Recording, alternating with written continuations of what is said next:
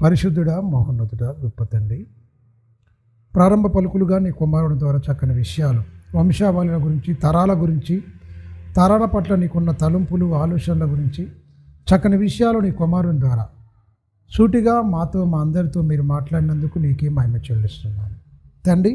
ఈ రెండో వర్తమానంలో కూడా మాకు తోడుగా ఉండండి. సర్వసత్యము తెలిసిన మనిషికి, నిత్య సత్యం తెలిసిన మనిషికి సర్వసత్యం తెలియకుండా చేసింది ఎవరు అన్న భాగంలో తండ్రి మూడో భాగం మాట్లాడుతుండగా నీ ఆత్మ సహాయము నడిపింపు మాకు అనుగ్రహించండి నాయన. వినబోతున్న నీ పిల్లలకు వినగల చెవును, గ్రహించగల మనసును దయచేయండి. చెప్పబోతున్న నన్ను మరుగుపరిచి సూటిగా నాతో, మా అందరితో మీరే మాట్లాడమని నిండు మనసుతో వేడుకుంటూ క్రీస్తు నామాన్ని ప్రార్థన అడుగుతున్నాను తండ్రి, ఆమేన్. అందరికీ ప్రభునామన వందనాలు, క్రీస్తులో శుభాలు. మంచిది. మన పాఠం ఏంటి? నిత్య సత్యం తెలిసిన మనిషికి సర్వసత్యం తెలియకుండా చేసింది ఎవరు? సత్యం అనేది తెలుసు, కానీ సంపూర్ణతలోనికి వెళ్ళకుండా ఆపి మధ్యనే చేస్తుంది ఎవరు అంటే, ఒకసారి చూడండి, గలతీలకు రాసిన పత్రికలో మంచి సందర్భం ఉంటుంది. అక్కడ గలతీలకు రాసిన పత్రిక మొదటి అధ్యాయం, గలతీ పత్రిక మొదటి అధ్యాయము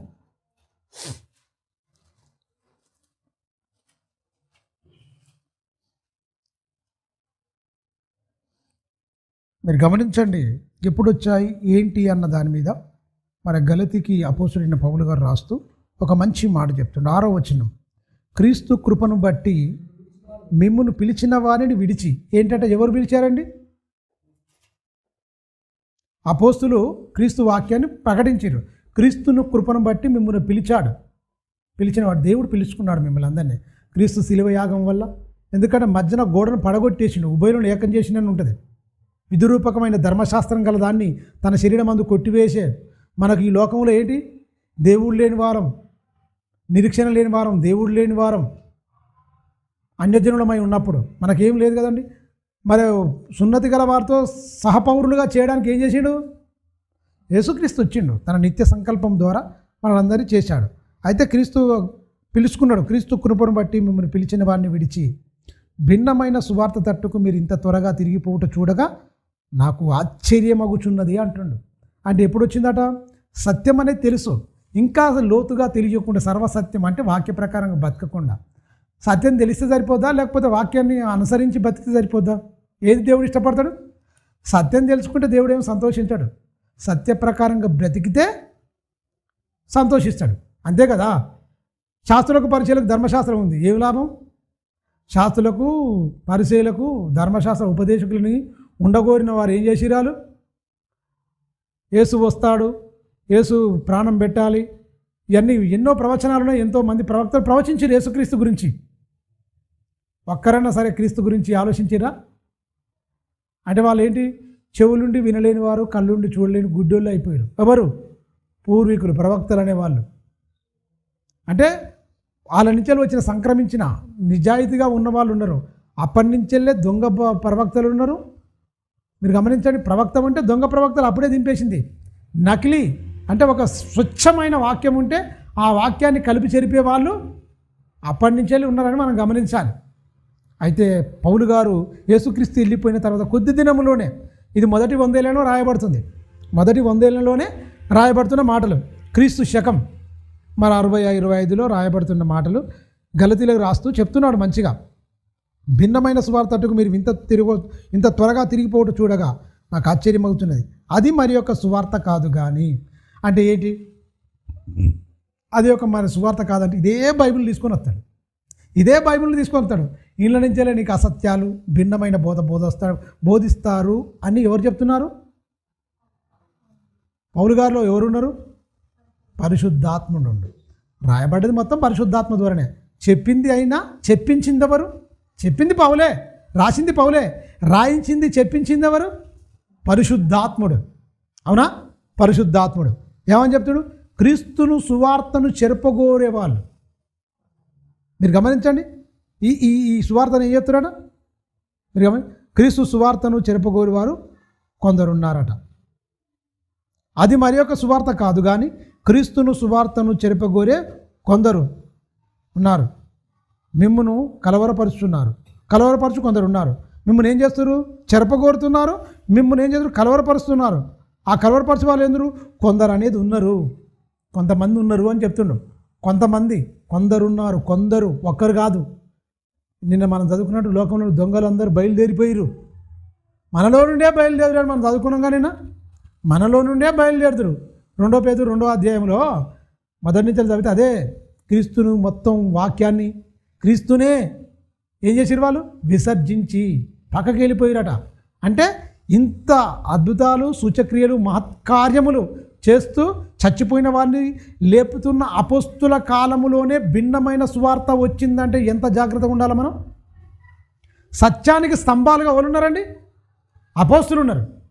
సంఘాన్ని క్రమపరిచి, సంఘాన్ని ఎలా ఉండాలి, ఎలా ఉండకూడదని దిశ నిర్దేశించి పరిశుద్ధాత్మ వరములతో ముందుకెళ్తున్న కాలములోనే దుష్టుడు కొంతమందిని, దొంగ బోధకులను, భిన్నమైన బోధించే వాళ్ళను సంఘములో ప్రవేశపెట్టిండు. అందులో ఏముండు? నిన్న మేము ఇంటికాడ చదువుకున్నాం. ఎవరు ఉంటారట అలా? దియోత్రెఫీ అనేవాడు ఏం చేసినాడు? ప్రధానత్వం కోరుకున్నాడు, భ్రష్టుడాడు. మీరు గమనించండి, ఈ వచ్చిన వాళ్ళను, పరిచారకులు వచ్చిన వారిని చేర్చుకోవాలనుకున్న మనసు గల వారిని కూడా ఏం చేస్తుడు? చేర్చుకొని తెలియడాడు. అలాంటి వాడు అనమాట. సత్యం విన్నాడు కానీ సర్వసత్యములోనికి బతకడానికి వచ్చే వరకల్లా పడిపోయింది. చూడు, దీనత్వం ఉండాలి. నీ సహోదరుని నిన్ను వల్ల నీ సహోదరుని ప్రేమించి, అది లేదు. నేను ఒక్కనే, మీరు నన్ను ప్రేమించండి, నేను మాత్రం ఓని ప్రేమించను. అందరికి ఇవ్వండి కానీ నేను మాత్రం ఓనికి ఇయ్యను అన్న బోధలు, అలాంటి ప్రధానత్వం నిలుపుకోవాలన్నది దుష్టునికున్నది. ఆ ప్రధానత్వం కోరుతున్న వాళ్ళలో ఎవడున్నట్టు? దేవదూతలాట తన ప్రధానత్వం నిలుపుకోలేదట. ఎక్కడ నిలుపుకోలే? పరలోకంలో నిలుపుకోలే. అదే క్యారెక్టర్ మళ్ళీ సంఘంకి వచ్చిన తర్వాత అలాంటి క్యారెక్టర్ కలిగిన వాడిని మనసులో తయారు చేసిందా లేదా? అధికార దాహం, నేను పెద్ద, నేను గొప్ప. ఈ గొప్పల కోసం తిప్పలు పడుతున్న చాలామంది ఉన్నారు. అవునా లేదా? మనం ఓరమండి, మనం ఓరం. క్రీస్తుని కృపను బట్టి సచ్చి నరకానికి వెళ్ళిపోయే వాళ్ళం, ఎంతో పాపములతోని అపరాధములతోని చచ్చిన వరమై ఉండగా ఈ రక్షణ అయితే మనం స్వయంగా మనం తెచ్చుకుందా? దేవుని కృపావరమేనండి, దేవుని కృపావరం. మనం దాన్ని బట్టి అతిశయించే అక్కర్లేదు. మీరు గమనించండి, ఇంత మంచి సువార్తను చెరపగోరుతురాట. అప్పుడే బాధపడుతున్నాడు పౌలు గారు, చాలా బాధపడుతున్నాడు. క్రీస్తును కృపను బట్టి మిమ్మల్ని పిలిచిన వారిని విడిచి భిన్నమైన సువార్త తట్టుకు మీరు ఇంత త్వరగా తిరిగిపోవుట చూడగా నాకు ఆశ్చర్యమగుచున్నది. అది మరి ఒక సువార్త కాదు కానీ క్రీస్తు సువార్తను చెరపగోరే మిమ్మును కలవరపరుచు కొందరున్నారు. కలవరపరుస్తారు. ఇదే వాక్యం వింటావు, అదే వాక్యాన్ని ఇంకో రకంగా చెప్తారు. వాక్యం ఒకటే, నువ్వు ఆత్మ సంబంధం కింద వాక్యాలు వాడి శరీర సంబంధంగా మార్చేస్తాడు. అదే మరి యొక్క సువార్త కాదంటే ఏంటి? ఇందులోనే ఏంటి ఏం చేయాలి? వాక్యాన్ని అన్నిటి పరిశీలించి నీ ఆత్మీయ జీవితానికి మేలైంది చేపట్టుకోవాలి. ఇందులో భూత, వర్తమాన, భవిష్యత్తులో రాయబడ్డాయి. కొందరికి కొన్ని, మరికొందరికి కొన్ని, అందరికీ అన్ని అన్నట్టుగా ఉంటుంది బైబిల్. కొందరికి కొన్ని, మరికొందరికి కొన్ని, అందరికీ అన్ని అన్నట్టుగా ఉంటాయి. అన్ని న్యాయాన్ని అప్లై చేసుకుంటే పోతాం మనం. బైబిల్ మనకు అర్థం కాదు. కాలానుగుణంగా మనం చదవాలి. కాలానుగుణంగా సమయము, సందర్భము, ఇది ఎవరు వర్తిస్తుంది, ఇది ఎవరి కాలం, ఎవరితో మాట్లాడుతారు, ఎట్టి కాలం అని సూచించాలా వద్దా? బైబిల్ సూచించిందా లేదా? సూచించింది. దాని ప్రకారంగా మనం ధ్యానించాలా వద్దా? లేదు. అన్ని న్యాయాన్ని నువ్వు తీసుకుంటే నడతాయా? అన్ని న్యాయ అంటే నడతాయా? మీరు గమనించండి. అది అన్ని ఎందుకు రాయించాడు? అవన్నీ రాయించినా ఇట్లాగా మీకు అవసరం లేదా? దృష్టాంతములుగా మీకు కొంచెం యుగాంతమందున మీకు బుద్ధిగలుడు దృష్టాంతములుగా జరిగిన సందర్భాలను విన్నాం. ఎందుకు? మీరు అలా ఉండకూడదు.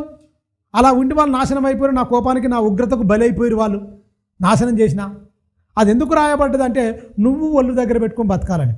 ఎందుకంటే మీ కొరకు నా కుమారుడు క్రీస్తు రక్త బలియాగం జరిగింది, చంపబడ్డాడు మిమ్మల్ని రక్షించడానికి, ఆ నరకముని తప్పించడానికి తన ప్రాణం పెట్టాడు, తన రక్తాన్ని ఒలికించాడు, మొత్తం చిందించాడు అని ఏం చేసిండు? మనకు అవకాశాలు ఇచ్చిండు. ఆ ఎందుకు రాయించినావు ప్రభు అంటే మీరు తప్పిపోవడం నాకు ఇష్టం లేదు, మిమ్మల్ని పోగొట్టుకోవడం నాకు ఇష్టం లేదు.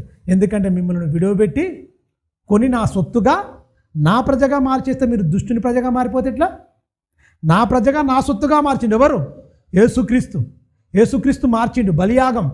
మీరు చావాలి, మీరు పొందాలి. మీరు శ్రమలు అంటే మీ శాప పాపములో మీ స్థానములో మీకు బదులుగా ఆయన ఏం చేసిండు? నా కుమారుడే మనుషులందరి సర్వలోకమునకు ఏం చేసిండు? మనుషులందరికీ చనిపోయిండు. అందరి కోసం రక్తం కార్చిండా? కొందరి కోసమా? అందరి కోసం తన ప్రాణాన్ని పెట్టింది. అందరి కోసమే తన రక్త బలియాగం జరిగించింది. పుణ్య బలియాగము అంటాడు. ఒక పుణ్య బలియాగము ద్వారా అంటాడు. పుణ్య బలియాగము మీరు గమనించండి. అందుకని కింది వచ్చిన చూడ ఏమంటున్నాడు? మేము బాగా గమనించాల. మేము మీకు ప్రకటించిన సువార్త కాక మరి యొక్క సువార్త మేమైనను పరలోకము నుండి వచ్చు ఒక దూతైనను మీకు ప్రకటించిన ఎడల మీరు గమనించి శాపగ్రస్తుడు అయిపోతాడని చెప్తుండు. పరలోకం నుంచి దూత వచ్చి చెప్పినా కూడా మేము ఒకసారి ప్రకటించిన తర్వాత దాన్ని మార్చడానికి వీల్లేదు. నువ్వు అర్థం చేసుకోవడంలో ఉంటే బైబిల్ ఒకటేనండి. మీరు గమనించండి. ఆత్మ నడిపింపు ఉంటే అందరూ ఒకే క్రమంలో నడుపుతారు. నాకు ఆత్మ వచ్చింది, ఏ ఆత్మ వచ్చిందో నీకు అర్థం చేసుకోకపోతే ఎట్లా? దురాత్మ వచ్చిందా, పరిశుద్ధాత్మ వచ్చింది తెలియగా? భ్రష్టాత్మ, పరిశుద్ధాత్మ క్రమంలో నడితేంది అందరూ ఒకే తీరుగా చెప్తారు. ఒకే ఖండితంగా ఉంటుంది బోధ. అందరూ ఖచ్చితంగా సరి చేసుకోవాలని చెప్తారు. బోధలు మారిపోతున్నాయంటే అర్థమేంటి? మరి యొక్క సువార్త కాదు, కానీ ఇది క్రీస్తుని సువార్తను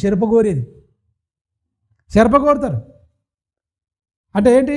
బైబిల్ ఒక్కటే, విశ్వాసం ఒక్కటే, తండ్రి అయిన దేవుడు అందరికీ అన్నీ ఒక్కటే అని చెప్తున్నాడు. కానీ మనుషులందరూ విడిగొట్టడానికి ఇది భిన్నమైన బోధ, అంటే నచ్చిన బోధ ఎలా చేసుకోరని బైబిల్లో ఉంది. ఎలా ఉందండి? ఒకసారి చూస్తారా? తిమోతికి రాసిన పత్రిక. మరి భిన్నమైన బోధలు ఎవరికి ఇష్టమైతాయి, ఎవరికి నచ్చుతాయని మరి తెలియాలి కదా మనకు. తిమోతికి రాసిన పత్రిక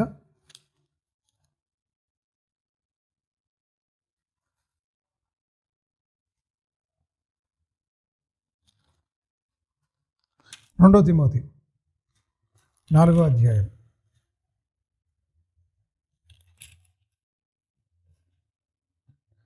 3వ వచనం చూడండి. ఎందుకనగా జనులు హితబోధ అంటే ఆరోగ్యకరమైన బోధ అని ఉంటుంది చూడండి. పుట్నోట్లో ఏముంటుంది? ఆరోగ్యకరమైన బోధ ఓడి అనుసరించాడు, సత్యానికి ఓడి చెవునివ్వడు. ఇది మనం గమనించాల్సింది. భిన్నమైన బోధలకు ఎక్కువ మంది వెళ్ళిపోతున్నారు, మొత్తం 1000 మంది నిండిపోతున్నారంటే ఇది పొట్టండి బాబు. పొట్టును చూసి మనం బాధపడే అవసరం లేదు. పొట్టు ఏమిటికి కాలిపోతుందికే ఉంటుంది. గింజలు తిని మనుషులు బతకడానికి ఉంటుంది. గింజలు కావాలంటా పొట్టు కావాలనుకుంటా. పొట్టు ఎందుకండి? పొట్టు అవసరమా? పొట్టు అవసరం లేదు. మీరు బాగా గమనించండి, పొట్టు అవసరం లేదు. అందుకనే ఎందుకనగా జనులు హితబోధను సహింపక దురద చెవులు గలవారై తన స్వకీయ దురాశలకు అనుకూలమైన బోధకులను తమ కొరకు పోగు చేసుకుందురు. పోగులు అంటే అర్థం ఏంటి? గుంపులు సమూహములుగా ఉంటారు. వాళ్ళకేముంది? దురద చెవులు అంటే ఒక పట్టాను ఒక మాట విని ఆ మాట మీద ఉండరు. ఆడు చెప్పిన సత్యమే, వీడు చెప్పిన సత్యమే, అందరూ వాక్యమే చెప్తారు. అందరూ అంటోడు ఎవడు? తెలివి లేనివాడు, బుద్ధిహీనుడు అన్నమాట. తెలివినోడు ఏంటి? చూస్తాడు ఏది తప్పు, ఏది రైట్, ఏది సత్యము, ఏది అసత్యము, ఏది సత్య సంబంధమైన బోధ, ఏది దొంగ బోధ. ఎవరికి అర్థమవుతుందండి? క్రీస్తునందు ఉన్నవానికి తెలుస్తుంది. క్రీస్తు నుండి వేరైపోయిన వాడు అన్నీ ఒకటేనండి. అన్నీ ఒకటా? ఎట్లయితే అన్నీ ఒకటైతే గీయన్ని ఎందుకు చెప్తాడు? భిన్నమైన బోధలు ఒకటే అయితే ఆయన కూడా దైవజనుడే కండి. ఆయన దగ్గర చాలామంది పోతారు కదండి. పోతే వెళ్తారా? పరలోకం వెళ్తారా? ఎక్కువ మంది సమూహంలో ఒకటి పరలోకం వెళ్తారు. అందుకే అన్నాడు, వీళ్ళందరికీ గొడ్డలు పెట్టుకో ఒక మాట చెప్పిండు యేసుక్రీస్తు. ఏమండు? 2-3 ఎక్కడైతే ఉంటారో వాళ్ళ మధ్య నేను ఉంటా, ప్రార్థన చేస్తే నేను వారి మధ్యన ఉందా అని ఒక మాట అండి. ఇంకో మాట ఏమండు?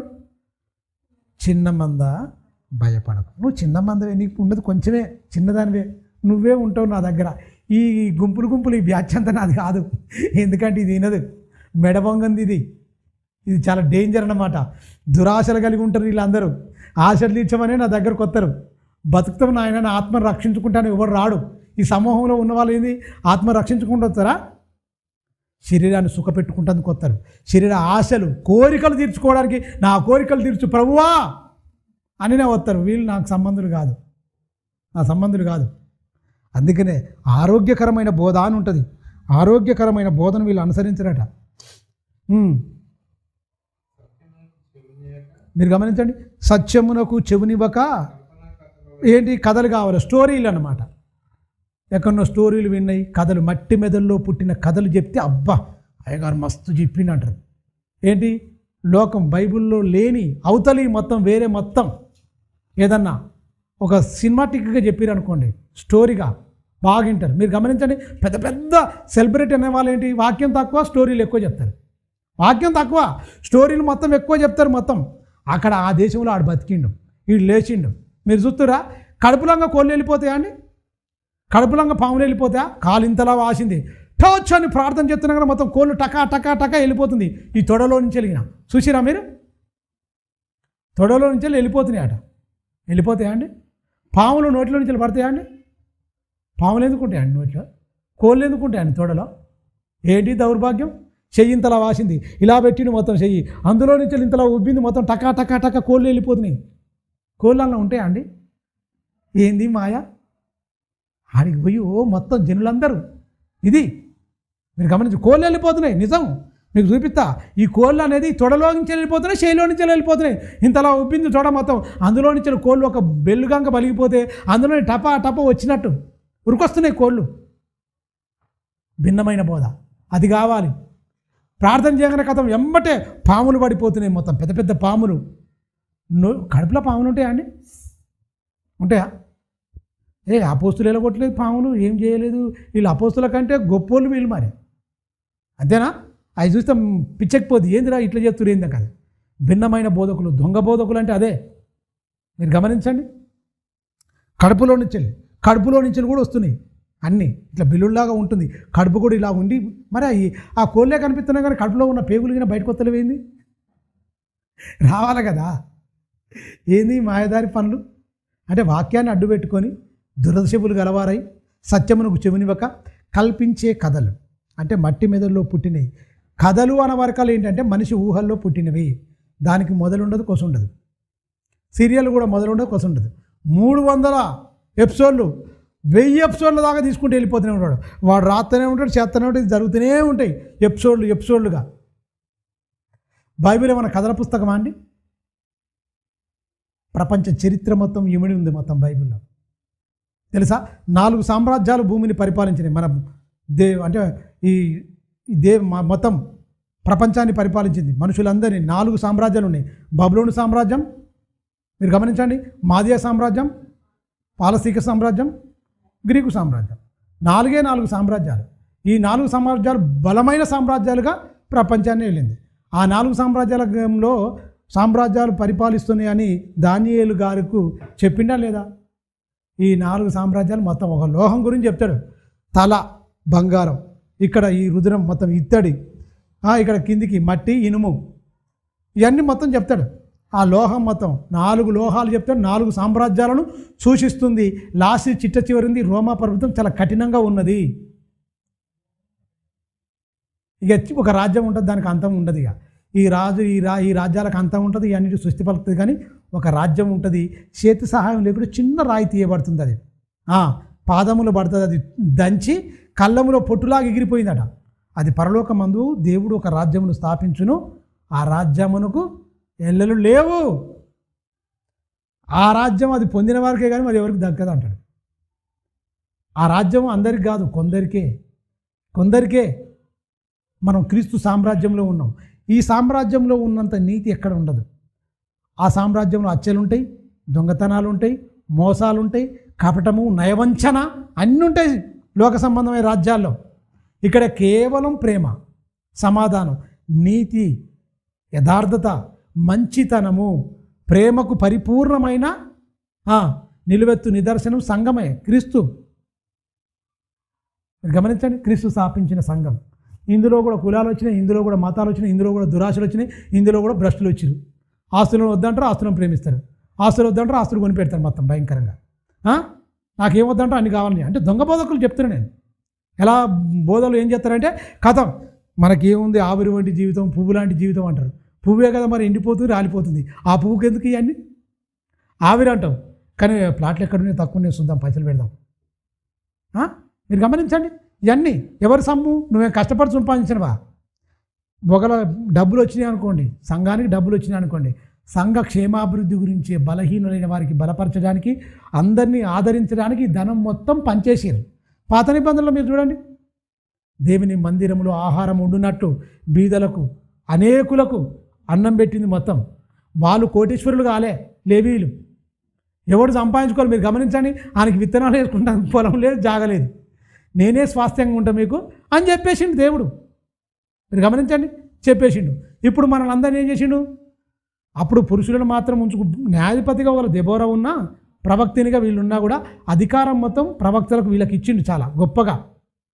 మీరు గమనించండి, ఏ ప్రవక్తకైనా ఎవరికైనా ఆస్తిపాస్తుల మీద ఉన్నట్టుగా మీరు బైబిల్లో మొత్తం చూపించండి.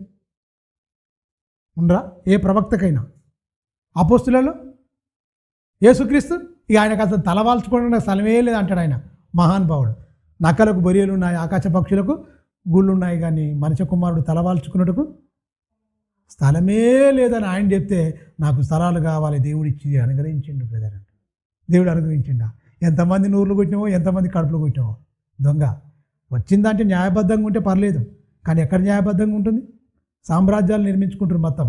అందుకనే మనుషుడు మోసపోయేవాడు ఉన్నంతకాలం మోసం చేసేవాడు వస్తూనే ఉంటాడు. ఈ మనుషులు మనోనేతం తెలుసుకొని బైబిల్ చదువుకొని ఖచ్చితంగా దేవుని వాక్యానికి చెవినిస్తే దొంగవాడో దూరవాడో క్రీస్తు సంబంధివాడో దుష్టుని సంబంధివాడో క్లియర్గా తెలుస్తుంది. నువ్వు చదివితే కదా, చదవకపోతే ఏమర్థమైంది? చదువు, నీకు అర్థం కాదు. నీ మనోనేత్రం వెలిగింపబడితే అప్పుడు కదా నీకు వాక్యం అర్థమైంది. అందుకనే క్లియర్గా చెప్తుండ్రు చూడండి మంచిగా. వారు సత్యమునకు చెవునివ్వక కల్పనా కథల వైపు తిరుగు కాలము వచ్చేసింది. అయితే నీవు అన్ని విషయములోనూ మితముగా ఉండుము, శ్రమపడుము, సువార్థికుని పని చేయుము, నీ పరిచర్య సంపూర్ణముగా జరిగించుము. ఏమంటుండు? నువ్వు లోకం గురించి ఏమంటుండండి? ఏమంటుండు? సుఖపడు అన్నాడా? బైబిల్ ఏముంది? తిమోతికి చెప్తుండండి. ఎవరు? తన ఆత్మీయ తండ్రి అయిన పౌలు గారు ఏమి చెప్తుండు? తిమోతికి చెప్తుండు, కుమారుడా, చాలామంది వచ్చేసి దొంగలు, అపరిమితంగా ఉండు, చాలా జాగ్రత్తగా ఉండు. ఎఫ్ఎస్సిలో చాలామంది ఉన్నారు, కొమ్ములు తిరిగిన వాళ్ళు ఉండరు. వాళ్ళని వంచాలంటే ఖచ్చితంగా నువ్వు అక్కడ ఉండాలి. ఎందుకంటే నాకు ఎలాగైతే క్యారెక్టర్ కలిగిందో సేమ్ నేను క్రీస్తుని కలిగి ఉన్నాను, క్రీస్తుని పోలి ఉన్నాను, నువ్వు కూడా నన్ను పోలి ఉన్నావు ఖచ్చితంగా.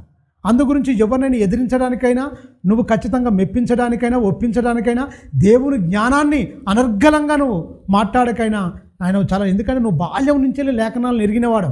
నీ తల్లి యూదురాలైనా, నీ తండ్రి గ్రీకు దేశస్థుడైనా చాలా నీకు మంచిగా పెరిగిన వ్యక్తివి. నువ్వు బాల్యము నుండి నువ్వు లేఖనాలను ఎరిగిన వాడివి, భయభక్తులు కలిగి ఉన్నావు. నీ తల్లి అలా పెంచింది. అందువల్ల వీళ్ళందరూ ఏదో లోకజ్ఞానం పట్టుకొని నీ దగ్గరికి వస్తే ఎవరు నీ ముంగ నిలబడలేడు. అందు గురించి నేను ఎఫ్ఎస్సిలో ఉంచుతున్నా, చాలా జాగ్రత్త. హిత బోధ అంటే ఆరోగ్యకరమైన బోధ. సత్యబోధకు చెవినివ్వకపోతే కల్పన కథలు తిరుగుతారు, కథలుగా చెప్పుకుంటూ వెళ్ళిపోతారు. కానీ ఆ కథలన్నీ నువ్వు తిప్పి కొట్టాలంటే నువ్వు ఒక్కడికి సమర్థుడు. అక్కడ ఉండు, వాక్యం చెప్పు ఖచ్చితంగా అని చెప్తూ నువ్వు శ్రమపడు. ఎవరి వల్ల వస్తుంది శ్రమ? నువ్వు చెప్తుంది సత్యం అంటాడు, వాడు వచ్చి చెప్తాడు, ఆయన అలా చెప్తూ నువ్వు ఇలా చెప్తావు ఏంది అయ్య గారు? ఏంది ఇలా ఉందంటే శ్రమే. ఇక ఏంటి, నువ్వు స్థిరంగా లేకపోవడం బట్టి భిన్నమైన బోధ నీకు ఇష్టమవుతుంది. ఆ కల్పన కథలు నీకు ఇష్టమవుతున్నాయి. అక్కడ నువ్వు చేయిస్తున్నావు, చెవునిచ్చావు కనుకనే ఆయన అలా చెప్తుండు ఇలా చెప్తుండు అంటావు, కానీ బైబిల్ ఇలా చెప్తుంది అనరు. మీరు బాగా గమనించండి. వీళ్ళు వచ్చి ఏమడుగుతారు? నువ్వు ఇలా ఎందుకు చెప్తున్నావు అంటారు, కానీ బైబిల్లో ఉందనరు. ఈ దొంగలు ఏంటంటే వాక్యం అర్థం కానివాడే అలా అడుగుతాడు. ఏమంటాడు? ఆయన అలా చెప్తుండేందుకు, ఈయన ఇలా చెప్తుండేందుకు, నువ్వు ఇలా చెప్తున్నావు ఎందుకు అంటారు. అలా అడుగుతుంటే వీనికి జ్ఞానం ఉన్నట్ట లేనట్ట? చెప్పు, జ్ఞానం లేనట్టే. మీరు గమనించండి. జ్ఞానం ఉండేవాడికైనా అరే బైబిల్ ఎలా చెప్తుంది కదా, బైబిల్ చెప్పినట్టు వీడు ఎందుకు చెప్తున్నాడు, వీడు తప్పు చెప్తుడు, వాడు ఖచ్చితంగా ఆలోచిస్తాడు, వాడు జ్ఞానవంతుడు. బైబిల్ ఆయన చెప్పిందాను, అరే నువ్వు ఉన్నది బైబిల్ ప్రకారం చెప్తున్నావా, వాడు బైబిల్ లేదని చెప్తుండు అని ఎవరు గమనిస్తారు? ఎవరు గ్రహిస్తారు? జ్ఞానం కలిగిన వారు గ్రహిస్తారు. అందుకనే చెవి దేనికి ఇస్తారు? హితబోధకు ఇస్తారు, కథలకు ఇవ్వరు. వాళ్ళు కథలకు ఇవ్వరు, కట్టు కథలకు ఇవ్వరు, కల్పన కథలకు అసలు ఇవ్వరు. దేనికి ఇస్తారు?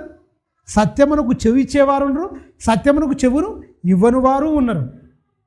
సత్యం తెలుసుకున్నవారు ఉన్నారు. అక్కడనే దేవుడు అని తెలిసి ఆగిపోయింది. కానీ దేవుడు ఇంకా నా నుంచి ఏం కోరుకుంటుండో అనుకున్న వాళ్ళు, సత్యంలో నుంచి సర్వసత్యములకు నడిచేవాళ్ళు, వాళ్ళు పరిపూర్ణులు అంటారు వాళ్ళని. పరిపూర్ణమైన భక్తి, సంపూర్ణత క్రీస్తులో ఉంది. ఆయన సంపూర్ణతకు నువ్వు సమానంగా సంపూర్ణత వస్తేనే నీకు క్రీస్తు అర్థమైనట్టు. తెలుసా? మీరు గమనించండి. అదే చెప్తుండు. 3వ వచనం కూడా చెప్తే, ఎందుకనగా 2వ వచనం కూడా చెప్తుంది, వాక్యమును ప్రకటించుము, సమయమందును అసమయమందును ప్రయాసపడము, సంపూర్ణమైన దీర్ఘశాంతముతో ఉపదేశించుము, ఖండించుము, గద్దించుము, బుద్ధి చెప్పుము. ఖండించు, గద్దించు, బుద్ధి చెప్తే ఇంటరా అండి? ఖండించుము, గద్దించుము అంటే అప్పటికే దురదశవులు వచ్చినాయి, అప్పటికే దొంగ బోధకులు వచ్చినాయి, అప్పటికే ఇవన్నీ వచ్చినాయి. అయినా కూడా నువ్వు ఖండించడం మానేయకు. ఎందుకంటే దొంగ బోధకులు ఖండించలేరు, దుర్బోధకులు ఖండించలేరు, భిన్నమైన బోధ చేతులు ఖండించలేరు. మనుషులను మంచిగా ఏంటి మెచ్చుకుంటారు, పొగుడుతారు. అబ్బా అన్నా నువ్వు ఇట్లా. మీరు గమనించండి, నువ్వు అట్లా. దేవుడు ఖచ్చితంగా మీకు ఇది చేస్తాడు. వాగ్దానాలు చేస్తుంటారు, రకరకాలుగా మనుషులను మాయదారి బోధలు చేస్తూ ఉంటారు. అది కాదు. స్వచ్ఛమైన సంపూర్ణమైన దీర్ఘశాంతంతో ఉపదేశించుము, వాక్యమును ప్రకటించుము, సమయమందును అసమయమందును ప్రయాసపడము, సంపూర్ణమైన దీర్ఘశాంతంతో ఉపదేశించుము. అంటే వాక్యాన్ని ప్రకటించు, ఉపదేశించు, ఖండించుము, గద్దించుము, బుద్ధి చెప్పుము. బుద్ధి ఎవరికి చెప్పాలండి? ఎవరిని ఖండిస్తారు, ఎవరికి బుద్ధి చెప్పాలి? ఎవరికి బుద్ధి, ఎవరికి ఖండన కావాలి? వాక్య ప్రకారంగా బతుకుతానికి అవసరం లేదు. వాక్యం విని వాక్య ప్రకారం బతకనోనికి ఖండన, వాక్య ప్రకారం బతకనోనికి బుద్ధి. వాక్య ప్రకారం బుద్ధిగా ఉండేవానికి ఆయనకి బుద్ధి చెప్పే అవసరం లేదు, వాక్య ప్రకారం బతికేవానికి ఖండించే అవసరం లేదు. ఈ వారికి వర్తించవు సుమా. ఎవరికి వర్తిస్తాయి? వాక్యం దాటి ఇష్టానుసారంగా బతికేవానికి, దురదశేవలో కలిగిన వానికి, సత్యమునకు చెవునివ్వక అసత్యము వైపు నడిచేవానికి వానికి ఖండన వర్తిస్తుంది తప్ప వాక్య ప్రకారంగా బతుకుతానికి ఇది వర్తించదు. అందరికా కొందరికా ఇది ఖండన? ఎవరికి? దేవుని మాట ప్రకారంగా బతుకుతోని ఖండన అవసరం లేదు. వాడు వాక్యంతోనే ఖండించుకుని ఇంకొంత చెప్పించుకుంటాడు. దేవుడే నీతో మాట్లాడుతుండు వాక్యం ద్వారా, ఏమంటే సెట్ అయిపోయినావు. మళ్ళీ బోధకుడు వచ్చి నువ్వు ఇలా ఉండని చెప్పే అవసరం లేదు. చదువుకుంటుండు కదా, చేతిలో, మీ చేతిలో ఉంది బైబిల్, నా చేతిలో ఉంది, నేను చదువుతున్నా, మీరు చదువుతున్నారు, దాన్ని విశదీకరిస్తున్నా, నేను చెప్తున్నా. దాని ప్రకారంగా మీకు కూడా అయ్యే మాటలు నేను ఉన్నది చెప్తున్నా, లేకపోతే దీంట్లో కలిసి చెప్తున్నా? కలిపి చెప్పేవారు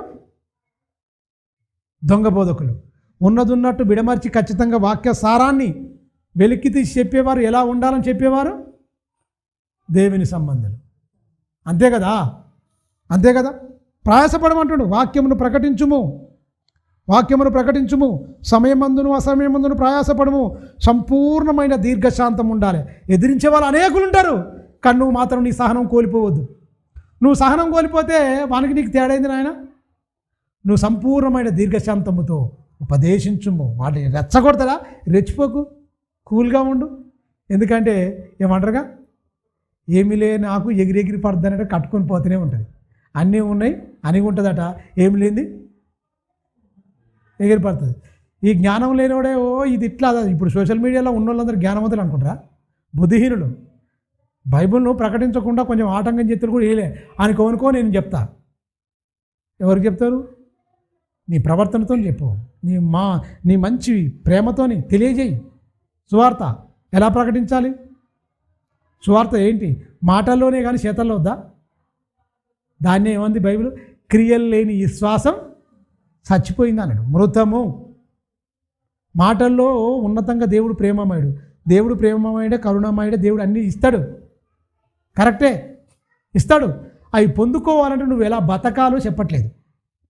దేవుడు అన్ని ఇస్తాడు, రండి అంటారు, ఓకే మంచిది, ఇస్తాడు, ఓకే. అది నువ్వు పొందుకోవాలంటే ఆ రసన నీకుందా అని ఎవడు అడగడే? దొంగ బోధకుల లక్షణాలు ఏందరికైనా దేవుడు దీవించేస్తాడు, దేవుడు ఇస్తాడని చెప్తాడు. నువ్వు అడిగినా అడగకపోయినా వర్షాన్ని నువ్వు అడిగినవా? భక్తిహీనుడు అడుగుతుండా? నీతిమంతుల మీదను అనీతిమంతుల మీద తన సూర్యుని ఉదయింపజేస్తుండా లేదా? ఉదయింపజేస్తుండా? వర్షాన్ని కురిపిస్తుండు, సూర్యుని ఉదయింపజేస్తుండు. ఆయనకు పక్షపాతం లేదు, అందరినీ సమానంగా పోషిస్తుండు. నీకు ప్రత్యేకంగా నువ్వు పొందుకోవాలి ఇంకా దేవుని దగ్గర. వాళ్ళకంటే ఎక్కువ నేను ప్రత్యేకంగా ఉండాలంటే దేవుడు ఏం కోరుకుంటున్నావు? న్యాయం కోరుకుంటున్నాడు, నీతి కోరుకుంటున్నాడు, యథార్థత కోరుకుంటున్నాడు, ప్రేమ కోరుకుంటున్నాడు నీలో. మరి ఈ ప్రేమ, యథార్థత, భక్తి ఇవన్నీ నీలో ఇమిడి ఉన్నాయి అనుకోండి, ఆయన ఆశీర్వదించడానికి, ఆయన ఆశీర్వాదం పొందడానికి నువ్వు అర్హుడవు. ఆశీర్వాదం ఏంటి? ప్రత్యేకమైన ఆశీర్వాదం. ఆయన పిల్లల అగుటకు నువ్వు అర్హత సంపాదించినవాడు. అందరినీ పోషిస్తుండు. వాడు అడగనోడిని అడిగినోడిని అందరినీ. దేవునికి తారతమ్యం లేదు, భేదం లేదు, పక్షపాతం లేదు. దేవునికి సమానంగా ప్రేమిస్తున్నాడు. మనకు ఇవన్నీ మనకే వస్తున్నట్టు, వెదటోనికి రానట్టు ఎందుకు మనకు ఇవన్నీ చెప్పుకునేది? నువ్వు నీతిగా బతుకు, నీకు ఇచ్చేది పరలోకము, నిత్య జీవము. ఈ లోకములు ఎన్ని ఉన్నా ఏదో ఒక రోజు వదిలిపెట్టేసి వెళ్ళిపోవాలి. ఏది మనతో రాదు, ఏది మనం తీసుకొని రాలేదు.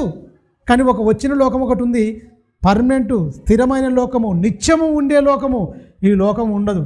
నువ్వెన్ని సంపాదించినా, ఏం చేసినా కొద్ది వరకే. 60 ఏళ్ళు 70 ఏళ్ళు భూమి మీద ఉన్నంత కాలమే. తర్వాత వదిలిపెట్టి వెళ్ళిపోవాలి. నువ్వు తొడుక్కున్న ఈ తొడుగే ఒకానొక దినాన దీన్ని వదిలిపెట్టి ఏమీ కాకుండా ఆత్మగా నువ్వు వెళ్ళిపోవాలి. ఈ సత్యాలను చెప్పి ముందుకు తీసుకెళ్ళాలి తప్ప ఆశలు పెట్టి వాక్యాన్ని బోధించేవాడు శరీర సంబంధి అని చెప్తుంది బైబిల్. ఖండించుము, గద్దించుము అంటే శరీర సంబంధమైన వారందరికీ నువ్వు దీర్ఘశాంతంగా ఉండాలి. ఖచ్చితంగా చెప్తున్నాడు. సంపూర్ణమైన దీర్ఘశాంతంతో ఉపదేశించి, ఖండించి, గద్దించి బుద్ధి చెప్పుము. ఎందుకనగా జనులు హితబోధను సహింపరు, వారు దురదశపులు గలవారై సుఖీయ దురాశలకు అనుకూలమైన బోధకులను తమ కొరకు పోగులు చేసుకుంటారు. అనుకూలమైన బోధకుడిని మార్చేస్తాడు. ఖండితంగా బోధకుడిని మార్చేద్దాం, మనకెందుకు, ఈ బోధకుడు మనకొద్దు అంటే నువ్వు ఓని మార్చేస్తున్నట్టు, దేవుని మార్చుకుంటున్నట్టు. అనుకూలమైన బోధకులు అంటే ఏంటి? అనుకూలమైన బోధకులు ఎవరు? దుష్టుని సంబంధాలు. దేవునికి అనుకూలమైన బోధకులు ఎవరు? ఖండించేవారు, గద్దించేవారు. ఈ సంగతి మీకు బాగా అర్థం కావాలి. పోగులు చేసుకొని గుంపులు ఇవి కూడా దేవుడే చెప్తున్నట్టు నువ్వంటే నువ్వు భ్రమపడుతున్నావు.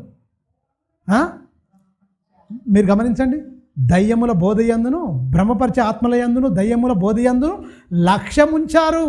ఎవరు? శరీర సంబంధులు, దురద చెవులు కలిగిన వారు.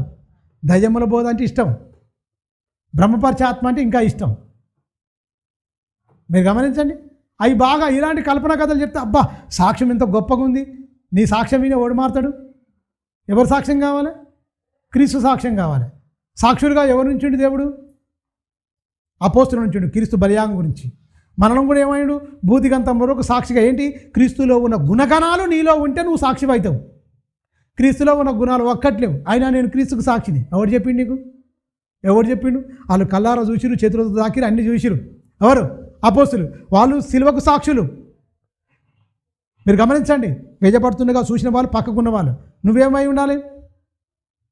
భూదిగంతంలో మీరు సాక్షులు, అనేకులను శిష్యులుగా తయారు చేయాలి. అమ్మో, అప్పుడు క్రీస్తు గుణాలను ప్రకటించాలి, ఆయన గుణాలను ప్రచురించాలి అని చెప్తాడు.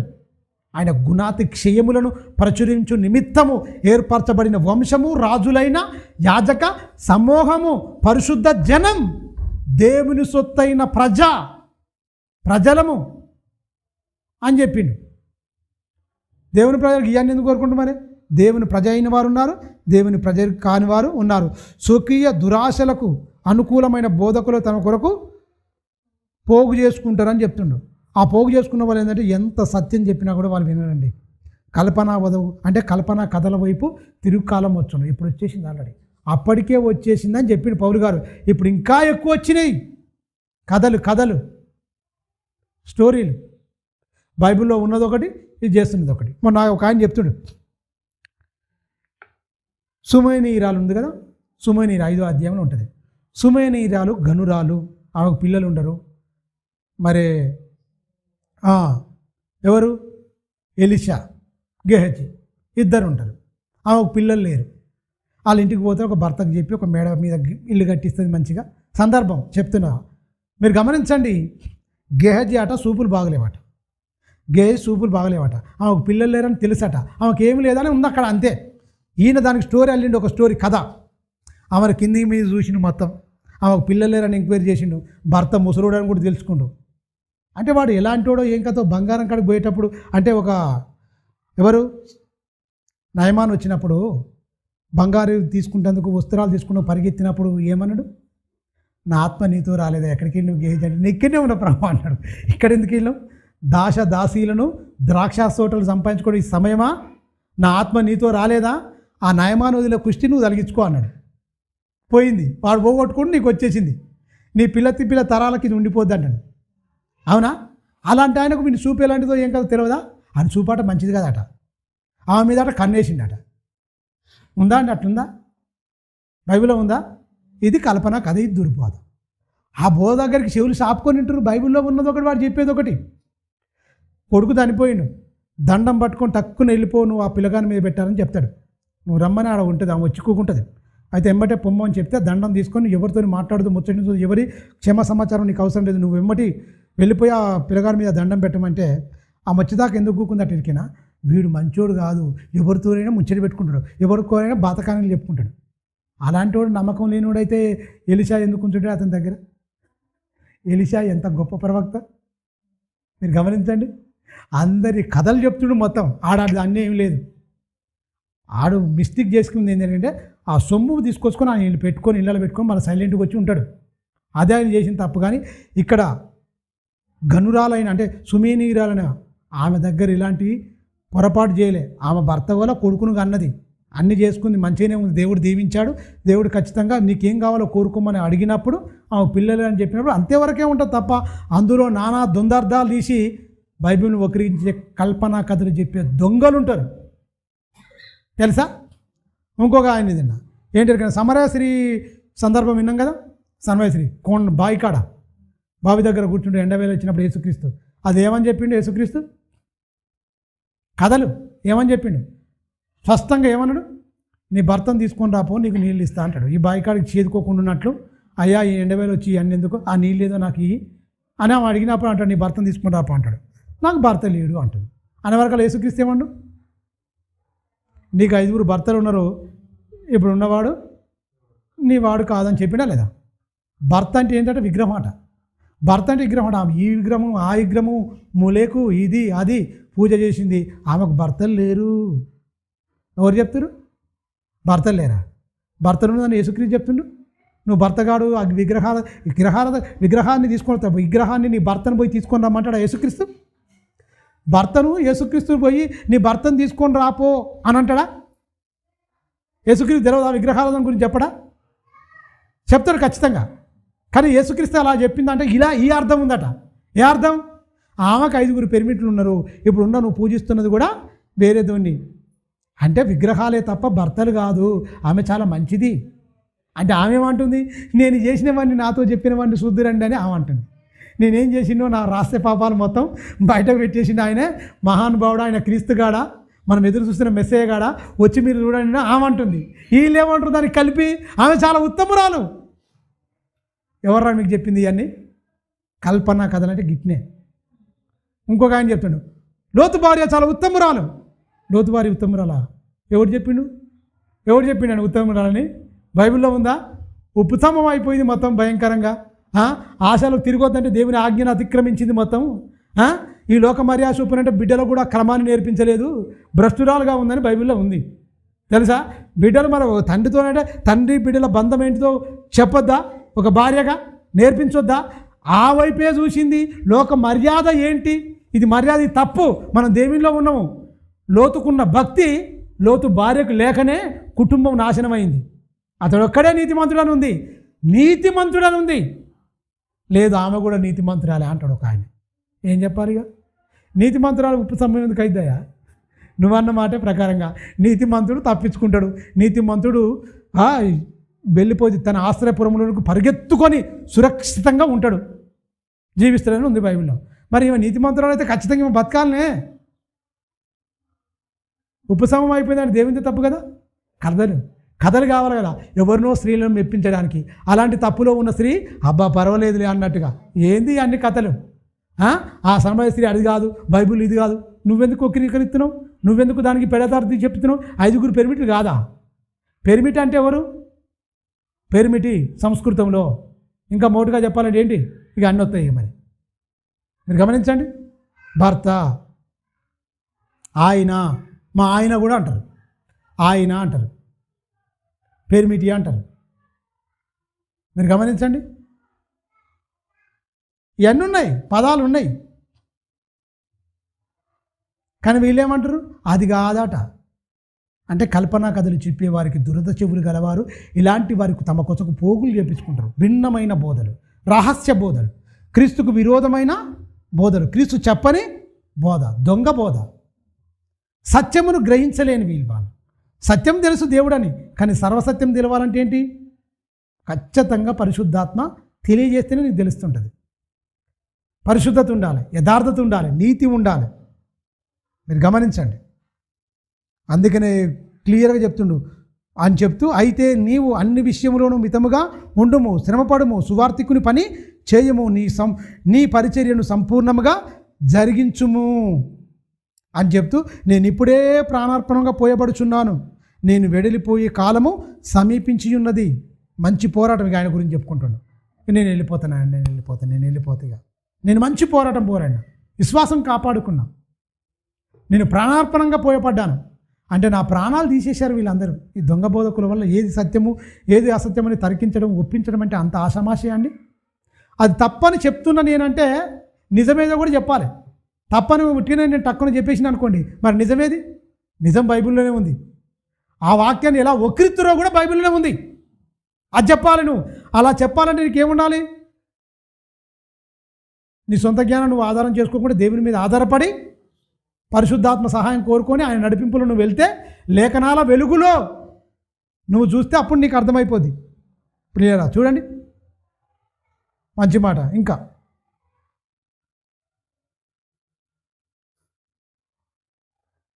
యాకోబు పత్రిక చూడండి. యాకోబు పత్రిక వీళ్ళు ఏం చెప్తారో చూడండి ఒకసారి. యాకోబు పత్రిక 3వ అధ్యాయం 1వ వచనం నుంచి వెళ్ళి యాకోబు పత్రిక చెప్తున్న వారికి హెచ్చరిక చెప్తుండు. బాబు ఏంటి మీరు చేస్తున్నదని తీయండి త్వరగా. యాకోబు రాసిన పత్రిక, యేసుక్రీస్తు తమ్ముడు. మీరు గమనించి మొదటి నుంచి వెళ్ళి చెప్తున్నాడు, నా సహోదరులారా, బోధకులమైన మనము మరీ కఠినమైన తీర్పు పొందుదుమని తెలుసుకొని మీలో అనేకులు బోధకులు కాకుడు. మీరు అనేకులు బోధకులు కండి అంటుండా. కాకుడి నాయన, భుక్తి కోసమే బోధ అంటే ఎలా? దేనికోసమట? భుక్తి కోసం కాదు, భుక్తి కోసమే బోధ చేయకూడదు. మీరు గమనించండి. అందుకని చెప్తున్నాడు. ఇంకా చూడండి, బోధకులు కాకుడి, అనేక విషయములలో మనమందరము తప్పిపోచున్నాము. ఎవడైనను మాట యందు తప్పని ఎడల అట్టివాడు లోపము లేనివాడై తన సర్వ శరీరమును స్వాధీనమందు ఉంచుకున్న శక్తి గలవాడు. అంటే ఏంటి? లోపము లేని వాడికి శక్తి ఉంటుంది. అది లేఖనాలు సపోర్ట్ చేస్తే దేవుని ఆత్మ కూడా నీలో ఉంటుంది. అన్ని బలహీనతలు నీలో ఉండి వాక్యం చెప్తే నీకేం వరుగుతుంది? ఇన్నోడు నువ్వు బలహీనత పెట్టుకొని నువ్వు వాక్యం చెప్పినావు అనుకో, ఇన్నోడు వాడు పరిశుద్ధంగా ఉండి వాడు వెళ్తాడు. బలహీనతను నువ్వు విడవబడతావు. అర్థమవుతుందా? బలహీనత. ఇప్పుడు నేను చెప్పిన నాలో బలహీనతలు ఉన్నాయి అనుకోండి, నేను చెప్పిన మాటల ప్రకారం మీరు బతికిరు అనుకోండి, వాక్య ప్రకారం మీరు పరలోకం వెళ్తారు. ఇడవబడేదేవుడు ఇన్ని వాక్యం చెప్పి బలహీనతలు పెట్టుకొని అవి తీసేసుకోకుండా నా అలాగనే కప్పు పెట్టుకొని ఉన్నాను అనుకో, నేను ఎక్కడ పోతా? పాతాళానికి వెళ్తా కదా. ఇక అందులో ఇంకా వేరే మొహమాటం ఏముంది? క్లియర్ కట్గా వాక్యం ఉంది. వాడు శక్తిమంతుడు అని చెప్తుండు మంచిగా. లోపం లేని వాడై సర్వ శరీరమును స్వాధీనపరుచుకునేవాడు శక్తి గలవాడగును అని చెప్తూ 3వ వచనంలో, గుర్రములు మనకు లోబడుచుండు, లోబడుటకై నోటికి కళ్ళెం పెట్టి వాటి శరీరం అంతయు తిరుపుదుము కదా. అంటే ఏమంటుండు? ఓ గుర్రానికి నోటికి కళ్ళెం పెట్టి దాని శరీరాన్ని మొత్తం తిప్పుతాను. ఇట్లా గుంజితే మొత్తం ఏంటి? కాళ్ళు లేపుతుంది, పరిగెడుతుంది, దాని సర్వ శరీరాన్ని మన ఆధీనంలో ఉంచుకుంటుంది అంటుండు. అన్ని విషయంలో తప్పిపోయేవాడు సైలెంట్ అయిపోతే బాగుంటుంది. నువ్వు ఎక్కువ మాట్లాడడం వీల్లేదు అంటుండే. అదే ఎవరు మాట్లాడాలి? తన సర్వ శరీరాన్ని లోబర్చుకున్నవాడు మాట్లాడాలి. అంతే కదా?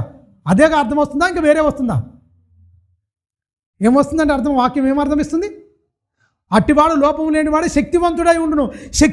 శక్తివంతమైన లేఖనాలను చెప్పాలి, నేర్చుకోవాలి, మార్చుకోవాలి. ఈ చదువుతా ఉంటే మనలో ఉన్న లోటు ఒక్కొక్కటి తీసేసుకోవాలి, రానివద్దు, అడ్డు కట్టేయాలి వాక్యంతో. అది నేను చెప్పేది. గుర్రములు కూడా మనకు లోపడుచున్నది, నోటికి లోపటికై నోటికి కళ్ళెం పెట్టి వాటి శరీరమును తిప్పుదుము కదా. ఓడలు చూడుడి, అవి ఎంతో గొప్పవై పెనుగాలికి కొట్టుకొని పోబడినను ఓడ నడుపువాని ఉద్దేశము చొప్పున మిక్కిలి చిన్నదగు చుక్కాని చేత త్రిప్పబడును. అంటే ఏంటి, నీళ్ళలో ఇలా కట్టబెట్టి తిప్పుతారు కదా, ఇలా ఇలా అనుకుంటా, చిన్నది గింత ఉంటుంది బద్ద చుక్కాని, ఇలా ఇలా ఏంటి నడిపించు అంటే ఎక్కడ పోవాలనో నడిపేవాని ఉద్దేశం ఉంటుంది. అది నీళ్ళకు ఇటు అటు ఎటు కొట్టుకున్నా వారి గమ్యం అనేది ఒకటి ఉంటుందిగా, ఓడ నడిపేది. వాడు ఖచ్చితంగా చిన్న ఆ అలల చేత ఎంత ఎగిరినా ఎంత పడ్డా ఆడెక్కడికి తీసుకెళ్లాలో ఆ చిన్న చుక్కాని చేత ఆ పెద్ద ఓడని నడుపుకుంటూ పోతాడట. అంత ఇస్తుండు చూడు ఎవరైనా, మీరు గమనించండి. ఒక గుర్రానికి చెప్తుండు, వరే గుర్రం చూడడానికి ఇంత తెలివి, గుర్రాన్ని లోపరుచుకునే తెలివి ఉంది కానీ నీ శరీరాన్ని లోపరుచుకునే తెలివి లేదా అని చెప్తుండు. ఆగ చూడు, ఓడ చూడు, ఆ ఓడను ఎట్టు నడపాలో తెలివి ఉన్నది. ఎంత అలలు కొట్టి, ఎంత ప్రచండమైన అలలు కొట్టి ఎగిరి ఎగిరి పడుతున్నా, ఎక్కడ తిరగబడుతో అని భయపడుతున్నా, అయినా చిన్న చుక్కాని చేత నువ్వు గమ్యానికి చేర్చడానికి నీ ఉద్దేశం చొప్పున ఎక్కడ గట్టుంది అక్కడ నడిపించడానికి ఇంత తెలివి ఉంది మానవా మనిషి. కానీ ఒక తెలివి లేదు, నువ్వు ఎర్రివాడు అంటుండు. ఒక దాంట్లో ఏమంటుండదు అంటే ఒకటి, అలాగునే చూడండి, ఇక గమనించండి, తిప్పునని చెప్తూ అలాగుననే నాలుక కూడా చిన్న అవయవమైనను బహుగా అదిరిపడుచున్నది. చీకట్లో ఉంటుంది, అదురుతుంటుంది, బాగా అదిరిపడుచు ఎంత కొంచెము నిప్పు ఎంత విస్తారమైన అడవిని తగలబెట్టును. నాలుక అగ్నియే, నాలుక మన అవయవములలో ఉంచబడినదై. బాగా గమనించండి, ఏంటట శరీరం, ఏంటట మంచిది అన్నడా, దేవాలయం అని చెప్పి మరి దేవుడు. మరి ఇక్కడికి ఏమంటుండు, సకల దుర్నీతి కార్యాలుంటే అది పాప ప్రపంచమై. సర్వ శరీరమునకు ప్రపంచములు ఏముంది, పాపం ఉంది. ఆ పాపం మొత్తం నీ ఒంట్లో ఉంటే ఏమైపోద్ది, అంతే కదా. పాప ప్రపంచమై సర్వ శరీరమునకు మాలిన్యత అంటే ఏంటి, ఈ లోకంలో ఉన్నదంతా కావాలనుకుంటే అది మాలిన్యత వచ్చినట్ట పోయినట్ట. కన్ను చూసింది, కాలు పరిగెడుతుంది, కావాలని తీసుకుంటుంది అంటే అర్థం ఏంటి అంటే, లోకంలో ఉన్నది మొత్తం చూస్తున్నావు, నీ దేహంతో నీ పాదాలతో పరిగెత్తున్నావు, పాదం ఆగుతలేదు ఇక, అంతేనా. అప్పుడు ఏమవుతుంది, అసలే పాప ప్రపంచం మార్చేసినావు నీ క్రియల వల్ల, నీ దానివల్ల. ఎవరు చూసినా అదే ప్రపంచం మొత్తం పాపం అయిపోయింది. ఆ పాప ప్రపంచం ఏమైపోయింది, సర్వ శరీరానికి మాలిన్యత, కన్నుకు మాలిన్యం కలగజేస్తుంది, చెవుకు మాలిన్యం కలగజేస్తుంది, నాలుకకు మాలిన్యం కలగజేస్తుంది, కాళ్ళకు మాలిన్యం కలగజేసి, చేతులతో మాలిన్యం కలగజేస్తుంది. సర్వ శరీరం అంటే నీకు కనిపించే అవయవాలు మొత్తం. ఏమింటాం, చెవులతో ఏమింటామండి. సర్వ శరీరం అంటే ఆ శరీరంలో చెవులు ఉన్నాయా లేవా, కళ్ళు ఉన్నాయా లేవా, ముక్కు ఉందా లేదా, నోరుందా లేదా, చేతులు ఉన్నాయా లేదా, కాళ్ళు ఉన్నాయా లేదా. దీనికి ఏమవుతుందట, మాలిన్యత. మాలిన్యత అంటే ఏంటి, అందులో ముఖ్య పాత్ర పోషించేది ఏంటి, నాలుక అని చెప్పిండు. నాలుక తర్వాత ఇంకేం చూస్తుంది, ఈ కన్ను కూడా మంచిది కాదు, చాలా డేంజర్. ఎందుకంటే ఇది దీపమే, కానీ అది మన ఇంటికి ఏమైపోద్ది అంటే, మనం నీ కన్ను మంచిదైతే నీ దేహం అంతజు, అది చీకటి అయితే ఏమైంది, నీ దేహం అంతజు చీకటి అయిపోద్ది. వెలుగు వెలుగు వెలుగు గురించి చెప్తుండు, కన్ను గురించి చెప్తుండు, దేహం గురించి చెప్తుండు, పాప ప్రపంచం గురించి కూడా మనం ఆలోచిస్తే చెప్తుండు. చూడండి, అలాగునే నాలుక కూడా చిన్నదైన అవయవమే, అది బహుగా అదిరిపడుచు ఎంత కొంచెం నిప్పు ఎంత విస్తారమైన అడవిని తగులబెట్టును. అంటే కొంచెం నిప్పు రాయేసి నువ్వు వదిలేయండి. ఎండాకాలంలో ఇప్పుడు మార్చి ఏప్రిల్ వస్తుంది కదా, మే నెలకైనా బగ మండిపోయి చెట్టు రాసుకున్నా కూడా మంట పుడుతుంది తెలుసు.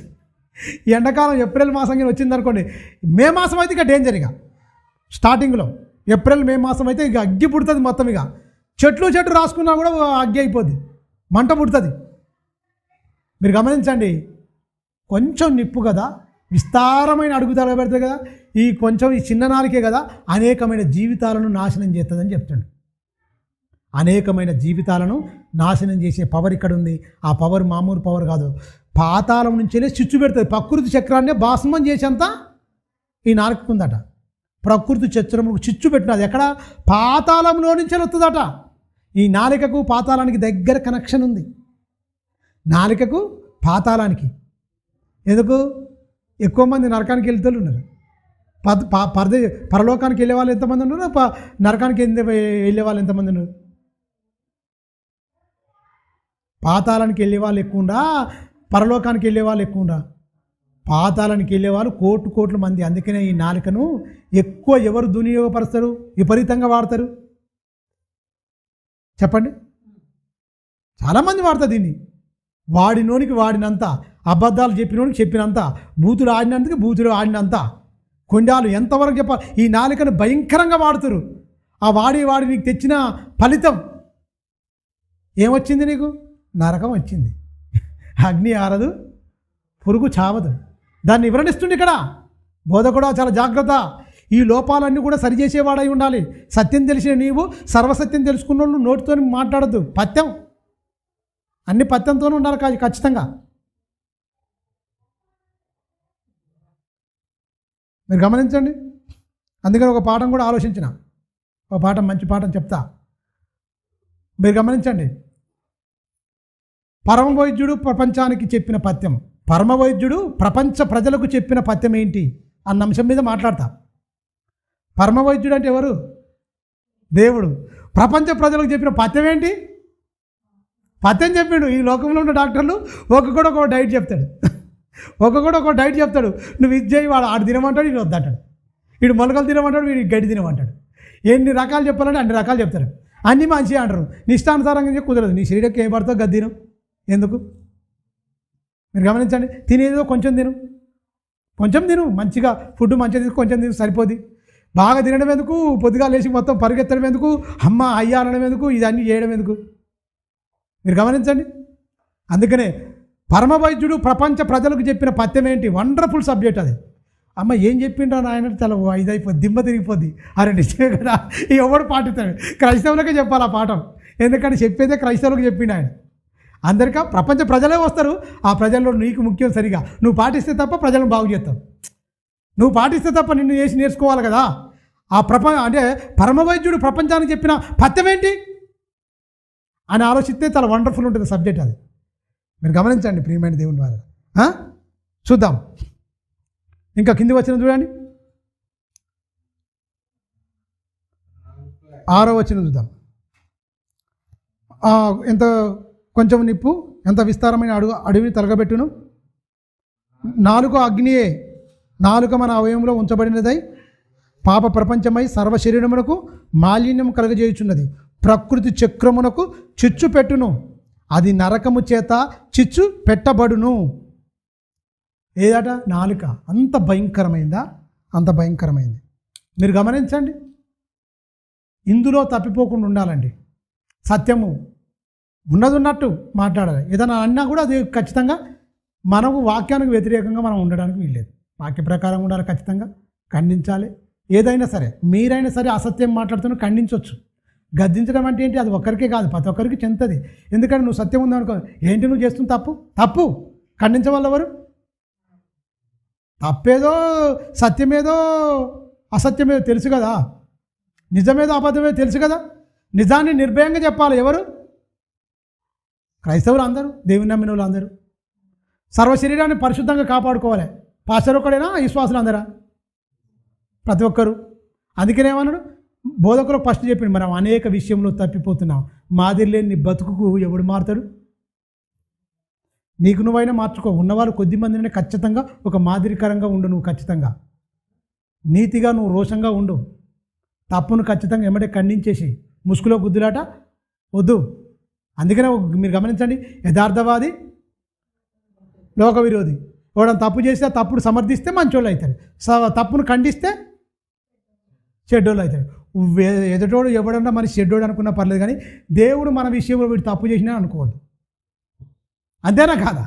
మనుషులు వాడేమనుకుంటే ఏమవుతుందని, మనుషులు ఇస్తారని పరలోకం. మనుషులు ఏమనుకున్నా మన ముంగడ పూడతారు, మన ముంగడ మన సాటుకు తిడతారు. మనుషుల్లో ఎవరిని నమ్మొద్దు. అంతేనా? నమ్మకమైన వాడు ఎవడు? మనుషుల్లో లేరు, కానీ దేవుళ్ళలో ఉన్నారు. దేవుడు నమ్మకమైన వాళ్ళు కొంతమంది ఉంటారు. ఎవరు?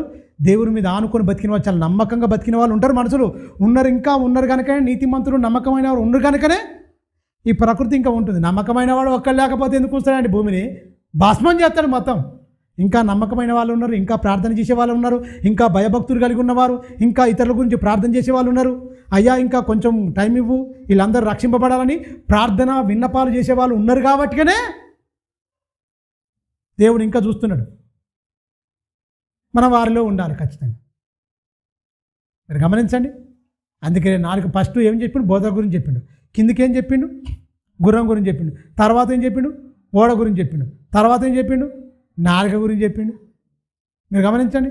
తర్వాత లాస్ట్కి ఏమడగనా, ఈ మృగము పక్షులు అన్నిటి మొత్తం సాధు చేస్తుంది, కానీ ఏ నరుడు తన నాలుకను సాధు చేసుకోవడం కింద 7వ వచనం. ఏ నరుడు సాధు చేయడట. అన్నిటినీ మృగ పక్షి జంతువు అన్నిటినీ సాధు చేస్తున్నావు. ఓ నరుడా, నీ నాలుకను నువ్వు ఆధీనం పెట్టుకోవా?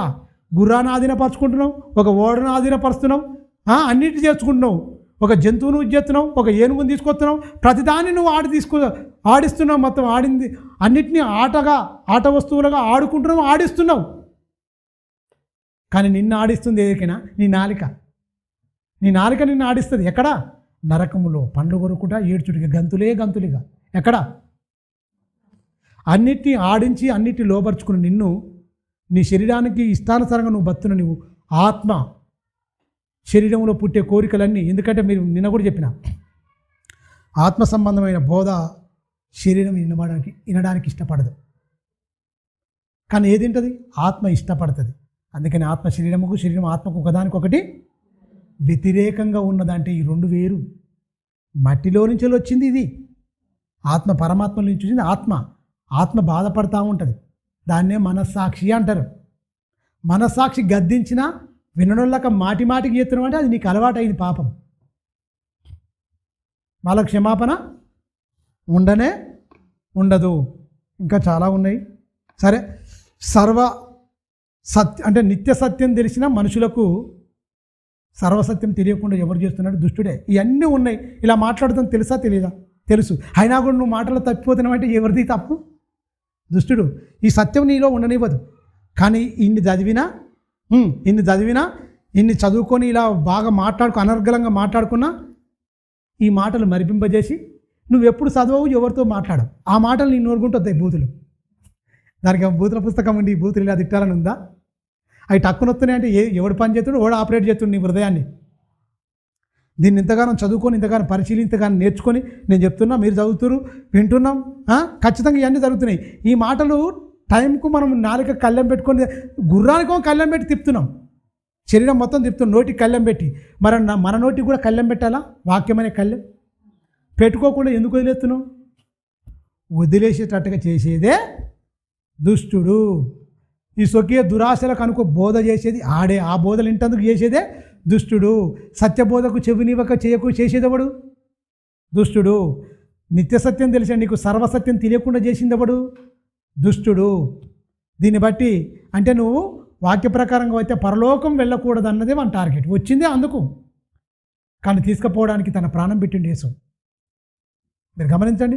నీలో ఉన్నవాడు లోకంలో ఉన్నవానికంటే బలవంతుడు, బలహీనుడు కాదు, బలవంతుడు. మరి నువ్వు నీ బలవంతుని నీలో పెట్టుకొని నువ్వు వానికి లోపడుతున్నావంటే లోపం ఎవరిది?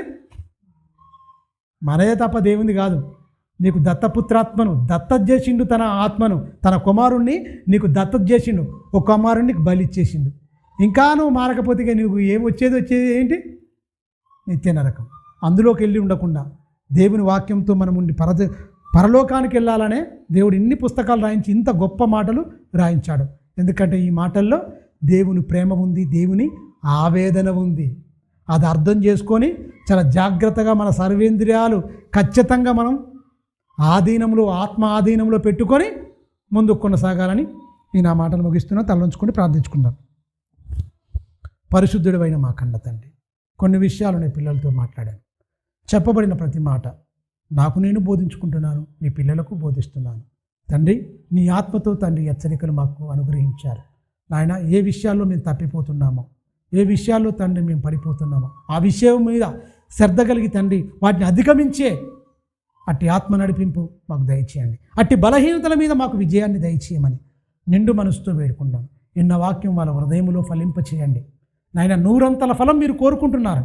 100 తండ్రి బిడ్డలందరూ ఫలించున్నట్లు తండ్రి వాక్యంతో ముద్రించి తండ్రి మనోనేత్రం వెలిగించి నాయన నీ కృపావాక్యములో ఉన్నతంగా ఎదిగే భాగ్యాన్ని బిడ్డలందరికీ దయచేయమని, నీ కరుణ వాత్సల్యములకు, నీ ప్రేమ కృపావాక్యములకు బిడ్డలందరినీ, నన్ను నేను బిడ్డలను అప్పగించుకుంటూ ఈ ప్రార్థన నీ ప్రియకుమారుడు మాకు రక్షకుడైన యేసుక్రీస్తు వారి నామమును అడిగి వేడుకుంటాను తండ్రి, ఆమేన్. మన తండ్రి అయిన దేవుని ప్రేమ, కుమారుడైన యేసుక్రీస్తు వారి కృప, పరిశుద్ధాత్మ దేవుని అన్యోన్య సహవాసం సదాకాలం మనందరికీ తోడై ఉండి సర్వసత్యమును నడిపించి సత్యమందు ప్రతిష్ఠించునుగాక. ప్రభునామన వందనాలు, క్రీస్తులో శుభాలు.